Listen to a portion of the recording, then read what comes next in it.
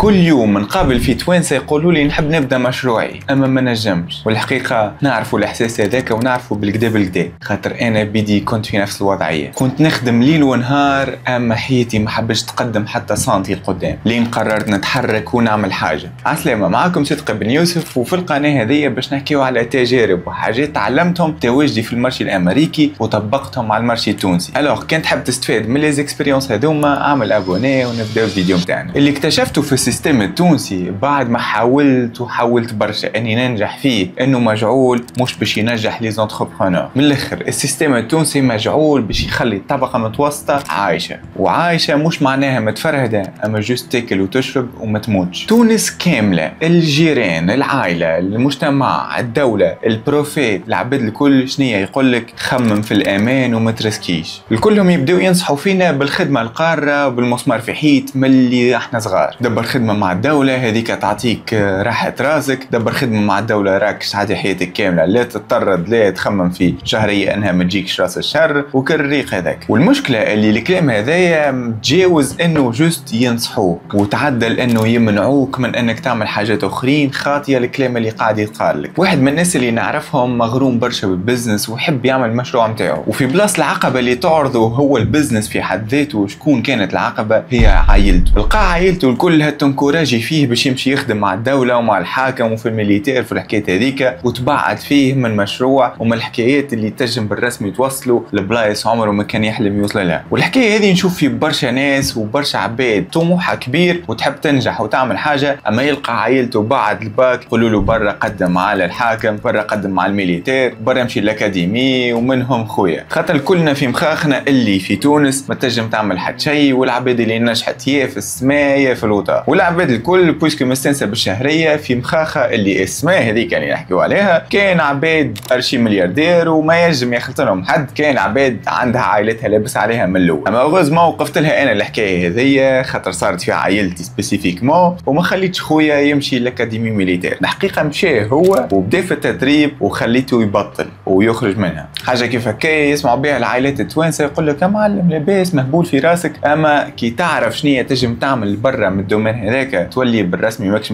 مهبول كان تمشي وتقعد فيه. خاطر كان باش تتحسب شهريه 1.5 مليون ولا 2 ملايين بالرسمي شنية تعمل في الوقت هذايا؟ ما تعمل حتى شيء. بار كونتر البوتنسيال نتاع بزنس كيما دروب شيبينغ تو راهي 2 ملايين بالرسمي تدخلها وانت دوبيتون، معناها تمشي وتسكيلي 2 ملايين تولي تدخلهم في نهار وفي نهارين. اما احكي مع اللي يفهمك، كي تبدا عائله كامله حياتهم كامله ما يعرفوا كان الشهريه راس الشهر، عقب الشهر ديما الخنقه وكل الحكايات هذيك، اخر الشهر تجيك 1.5 مليون ويعديوا بها 30 يوم، ما تركبش في المخ نتاعهم انه فما حاجات تنجم توصلك ل100 الملايين في شهر ولا في شهرين وفي الحكايات هذيك. اما من الاخر انت باش تخرج منها الوضعيه هذيك يلزمك تبروفي لهم، يلزم توريهم فلوس بالرسمي، خاطر من الاخر ما يصدقوا كان ما يشوفوا على عينيهم، ومش باش يشوفوا على عينيهم من عبد اخر، خاطر شافوا مثلا المولا ديليس عنده ديليس تعمل في المليارات كل شهر، اما يحبوا يشوفوا واحد منهم فيهم. وهذيك الحاجه الوحيده اللي تنجم تخلي لونتوراج نتاعك يصدق الشيء اللي تعمل فيه واللي تحب تعمله. اما المشكله في الناس اللي يخليوا العادات هذيك ولا الكلام تاع العباد ياثر فيهم حتى كان يصدموا وياخذوا الكوراج ويبداو في البزنس هذايا. كيما واحد نعرفه كيف بدا في الاي كوميرس، من اول برودوي ما مشالوش قال سي بون هذايا نحطه على جنب حكايه فارغه، ورجع يخدم في خدمه مسمار في حيط في شركه بريفي، ويقول قايل علاش زعما بطل من اول تجربه ليه، رغم اللي وقتها تقريبا مام با خسر 20,000 ولا 30,000 على سبونسرينغ في برودوي واحد. خاطر تو سامبلومون العبد وقت اللي يصدم على حاجه ما يعرفش الريزلتا نتاعها ومخه يبدا يشكك، يبدا يلوج في اقرب سوليسيون اقرب زلفه ليه يكونفيرمي روحه بها اللي هذيك حاجه ما تصلحش. خاطر البدن ديما يحب يرتاح، ما يحبكش تدخل في كل قرايه جديده تعلم حاجه جديده وتخرج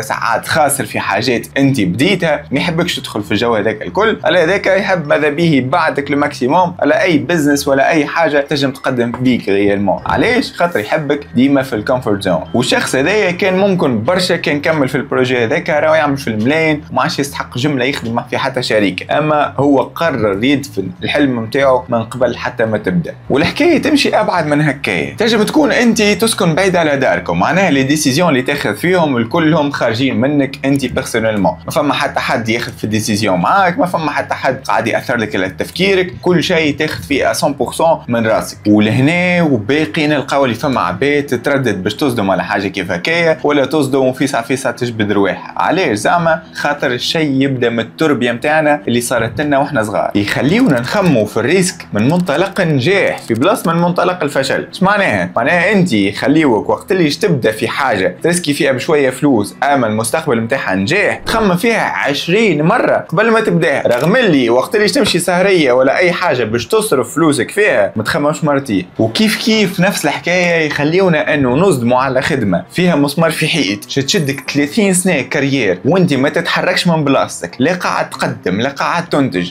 كل شهر تستنى في عقب الشرف ولا في راس الشر باش تخلص باش تأجم تعاود تعيش وتتنفس شويه. يخليوك ما تخممش فيها مرتين وتخمم في الحاجه 10 مرات و20 مره اللي باش تخلط بها النجاح. يخليو المخ من الاخر خايف من الخساره اكبر برشا من اللي يحب على الرباح، خاطر الكلنا نخافوا من الخساره، اما الخوف من الخساره يلزم يكون صغير بارابور حبنا للرباح. كانك انت مثلا نقولوا حتى نحسبوها على 100، كانك انت 80% تحب تنجح و20% خايف لا تخسر فلوسك. كمان العبد مش يجيب فيهم بالباله ولا يلقى فيهم في القاع، معناها باش تلقانا الكلنا خايفين عليك الفلوس اللي ندخلوا فيها. اما الخوف هذاك ما يلزموش يكون كبير، يلزم الحلم بالنجاح يكون اكبر برشا. هكاك الخوف باش يكون موجود، على هذاك باش يخليك الخوف هذاك سيكوريزي، ما تاخوش حاجات ببهامه، ما تمشيش تصدم هكاك من غير تخمام من غير بلان. اما حبك للنجاح يخليك تخدم فوا 10 فوا 20 الخدمه اللي كنتش تخدمها في خدمه مسمار في حيط اللي باش تخليك في بلاصتك حياتك كامله. وتو باش نعطيك 3 معتقدات غالطه في مخ كل تونسي يحب يبدا بزنس. والمعتقد الاول انه يقول لك ما عنديش راس مال. باهي، والحكايه هذه على شنو هي مبنيه؟ كلنا نعرفوا اللي المشاريع اللي متعارف عليها في ملي صغار احنا قاعدين نكبروا اللي هي ريستورانات، قهاوي، حانوت عطريه، قلايبي، كشك، المواضيع هذيك. ما نحكيوش عن المشاريع الكبار نتاع المعامل والمواضيع هذوك، نحكيو عن المشاريع اللي ينجم اي عبد يحلهم. كي تسال اي عبد تقول له قداش تكلف لي مثلا نحل ريستوران، يقول لك ما تفوقكش من 50 70 مليون، حانوت عطريه 25 30 مليون، قلايبي 15 20 مليون. انا ديما رابطين اي مشروع انه يلزموا راس مال كبير، وكي باش تحلو ماكش عارف على روحك باش تمشي ولا لا، باش يخطف لك ولا ما يخطفلكش. يعني كل الفلوس هذيك كيلكو سوا عندك دوز اوبسيون، يا تمشي تتسلفهم من عند شكون وتبقى تخمم انك كان ما مشالكش المشروع باش تبقى مرهون، ولا باش تاخذهم قرض وكيف كيف باش تبقى مرهون كان ما مشالكش، ولا انت مجملهم عندك قداش من ساعه 10 سنين ولا قداش وانت تلم فيهم وتحطهم في مشروع وتخسرهم، تبقى خايف وما تتحركش من بلاصتك وراه حجه انه ما عنديش راس مال كبير. اما الحكايه غيالمون في تو معناها في وقتنا هذا في البزنس اون ليني ما تستحقش ماكسيموم مليون تنجم تبدا في بزنس نتاعك، تيمام با اصلا مليون حتى 700 دينار تنجم تبدا بها البزنس نتاعك. وهو عملت فيديو تو نماركيهولكم يا في الديسكريبسيون لوطا ولا لهنا في الاكران في بلاصه من البلايص، وحكيت فيه بالتفصيل كيفاش 700 دينار تقسمها وتنجم تبدا بها البزنس نتاعك في تونس وبالرسمي تخلط بها النجاح. اما اللي اكتشفته اللي الحكايه تتجاوز انه ما عندكش راس مال ولا عندك راس مال، الحكايه مربوطه برشا بالاراده نتاعك. انت اسكو بالرسمي مكبش وتحب تنجح على الحكايه هذه ولا لا؟ خاطر كي شفت روحي انا بديت 700 دينار، اول ما بديت لقيت روحي من بلاصه لبلاصه، ما عنديش راس مال كبير، الوغ يلزمني نشري سلعه كل يوم من السوق ونمشي للمرشي، وكل ما الفلوس نتاعي تتصب من السوسيتي دو ليفريزون نمشي بالوقت ناخذهم باش نجم نخلص السلعه نتاعي ونمشي سبونسورينغ ونعمل فيهم الكل. هذا الكل باش نلقى الحل ونخرج من الخنقه اللي انا فيها. علاش؟ خاطر حطت جول قدامي، حطت الهدف اني باش نخرج منها، حتى كان راس مالي صغير لميته راس مالي هذاك ويلزم نتصرف فيه ويلزمه يكبر. من الاخر ما عنديش سوليسيون اخرى، لقيت موضوع مشيته الانكونفينيون نتاعي اني عندي راس مال صغير نلقى له الحل، نطلع نهبط ناخذ كار نوصل السلعه انا نخلص كاش من عند الكليونات ونوصلهم، يلزم تلقى الحل. وراك من الاخر كان تركز انك تلقى الحل راك باش تلقاه. الوغ المعتقد الاول وشطبناه. المعتقد الثاني اللي يقول لك ما فماش فرص في تونس، وهذه ابعد ما يكون على الصحه. وعلاش غلطه الحكايه هذه؟ خاطر من الاخر تونس عباره مرشي فيرج. صحيح الانفراستركتور فيه ماهيش كالطياره برشا، معناها امور خلاصات اون ليني، امور ديزابليكاسيون تسهل المعاملات، ماهوش كالطياره برشا، مازال مش ديفلوبي. اما الحاجات هذيك الكل ليها حلول. الوغ شنو تعمل؟ تشوف الحاجات اللي ماشيه في لي مارشي البرا وتعمل لها شويه موديفيكاسيون. معناها نعطيكم اكزامبل، انت قاعد تخدم في الدروب شيبينغ، تمشي تشوف البرودويات اللي قاعده تمشي في المارشي الامريكي، عدلهم شويه على المارشي التونسي، شوف شنو هي البوان دو فيو ولا شنو هي الاوفر كيفاش تتماشى مع المارشي التونسي وخليها تمشي. كيف الاي كوميرس مثلا، يعني الاي كوميرس في العالم كل العباد تدخل السيت، تعدي كوموند بالكارت نتاعها، تخلص ديريكت، تجي السلعه تتحط قدام باب الدار والليفرور يمشي على روحه. ما قلناش احنا لهنا ما فماش خلاصات اون ليني الوغ سي بون ما فماش اي كوميرس. لا، خلقوا حل، فما سي او دي اللي هي كاش اون ديليفري. العباد يجيهم الليفرور في بلاصه يحطها باب الدار ويمشي على روحه، يجيك باب الدار يدق عليك ياخذ الفلوس ويمشي على روحه. معناها بشويه تعديلات تنجم تلقى حل اي مشكله. جوست خدم هذايا، وهذاك اش قاعدين يعملوا العباد وهذاك اش قاعد نعمل انا. كل مره نلقى ميثود جديده قاعد نتعلم فيها من السوق الامريكي، نشد نفرمتها شويه، نجربها على المارشي التونسي، نزيد نعدل فيها، نزيد نعاود نجربها لين تخطف. والافونتاج الثاني اللي الكومبيتيسيون في تونس بالرسمي طايحه على الاخر، خاطر الانفراستركتور ماهيش طياره برشا. الوغ كي الشركات الكبار اللي في العالم ماهيش قاعده تجي لتونس، كيما امازون، كيما تيم وعلي بابا اللي تحب انت، هذوما الكل مش قاعدين يخدموا في تونس، مش قاعدين جايين على خاطر الانفراستركتور لا ينجموا يخلصوا اونيني، لا فما برشا حاجات ناقصه. والحاجه هذه عباره تفرش لك طريق انت كانسان مازال مبداش ديبيوتون، ما فماش برشا كونكورونس في المارشي، فما برشا حاجات قاعده تصير في العالم ما فماش منها في تونس. انت بشويه موديفيكاسيون تنجم تجيب حاجه ماشيه من برا وتخدمها في تونس وتخليها تمشي، اما يلزمها شويه خدمه الحكايه وشويه تخمام وتكسير راس. وكانك مستعد باش تعملهم الحاجات هذوما، راهو نوعدك بالرسمي فما فرص لا تحصى ولا تعد، اما الكلهم يلزموا شويه موديفيكاسيون. معناها من الاخر ما يلزمكش تكون غني باش تنجح، يلزمك تخمم كيما العبد اللي باش يولي غني. واللي عدينا المعتقد الثالث انه ما نعرفش منين نبدا. ولهنا نقول لك هاو عملت لايف طوله ساعتين وريت فيه ثنيه بالخطوه بالخطوه، تفرج فيه وادعي لي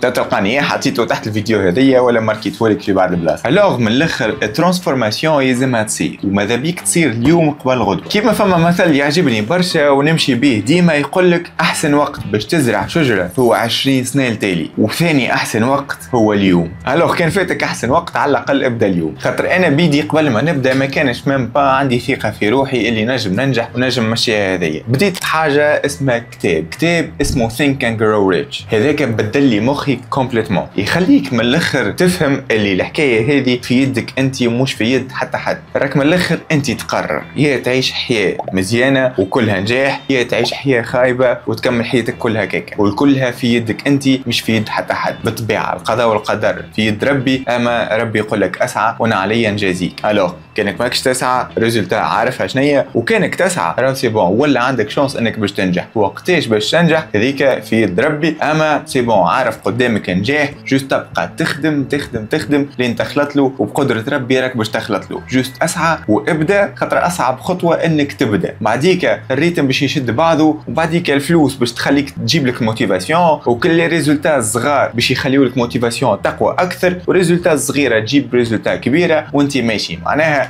المومنتوم هذيك ما عادش باش تقف، اما يلزمك تحركها من الاول. العجله وهي واقفه اصعب دازه هي دازه الاولى، اما إلسو في قاعده تدور بصباع تنجم تخليها تمشي وما عادش تقف جمله هكا ولا. معناها انت دزك الدزه الاولى وابدا في حاجه وابدا تعلم وكسر راسك واخرج من كيزون دو كونفور، خاطر بالرسمي راهو نجاح يعتمد كان على انك انت تقوم وتخدم. خاطر من الاخر ما فماش وقت مثالي باش تبدا، ما فماش وقت باش تلقى عندك الفلوس مطايشه وتنجم تعمل بها بروجي وقت اللي تحب وكيما اللي تحب. راهي الفلوس هذيك ما تجيك كان ما انت تتعدى بالخطوه الاولى انك تخدم وتعمل بزنس وتكسر راسك. الوقت الفارغ كيف كيف، مادامك انت في وقت مثلا قاعد تخدم بلان طون ما عندكش ياسر وقت، راهو موش باش يجيك ياسر وقت، باش تبقى غاديك من الاخر. الوغ كي شويه شويه على اللي عندك بعد الخدمه هذوكما يلزم تقص على القهوه، تقص على الماتشوات، تتفرج كان في دي فورماسيون، تطبق حاجات قاعد تتعلم فيهم في لي فورماسيون هذوكما، وغاديك وين بالرسمي تبدا تتحرك القدام بشويه بشويه. والوقت الفاضي هذاك باش يمشي ويكبر، وقت اللي تبطل خدمتك وتولي حاطط وقتك الكل لك البزنس اللي تلهيت بيه وكبرته. تنجم تشدك 6 شهور، تنجم تشدك عام عامين، اما حتى كان بعد عامين سي بون، بعد عامين راكش تولي انسان ناجح. بركونتر كان ما تبداهاش اليوم اللي هي مثلا نقولوا ربي مكتبها لك باش تختف لك بعد عامين، انت ما تعرفش الحاجه هذه، اما نقولوا في كتابك موجوده اللي انت بعد عامين باش تختف لك. والعامين هذوكما تنجم النهار الاول نتاعهم يكون اليوم، تنجم النهار الاول نتاعهم يكون 6 شهور قدام، اما ديما راهي باش تشدك عامين. خذها هكايا. الوغ على قد ما تبدا بكري اكثر على قد ما حلمتك اقرب، وكل دقيقه تضيعها ومش قاعد تستثمر فيها في حاجه هذيا راي وقت قاعد يضيع من حياتي. وكان انا نجمت نبدل حياتي بشهريه 550 دينار رغم اللي كاري وترانسبور ونخدم بعيد على دارنا وعملتهم هذوك الكل ونجحت، راك انت زادت تنجم تنجح وتنجم تعملها. الهدف متاعي واضح، اني نشوف الاف التوانسه يخدموا لارواحهم ويدخلوا فلوس اونلاين اون باراليل مع خدمهم، ولا سي بون بطلوا خدمهم وشدوا الخدمه هذيا فول تايم ووصلوا للحريه اللي يحلموا بها. خاطر من الاخر الفكره متاعك اللي في مخك انك ما تنجمش غالطه وراك تنجم. وكان عجبك الفيديو اعمل سبسكرايب وتفرج في الفيديو اللي قلت لك عليه، ونتلاقاو في الفيديو الجاي.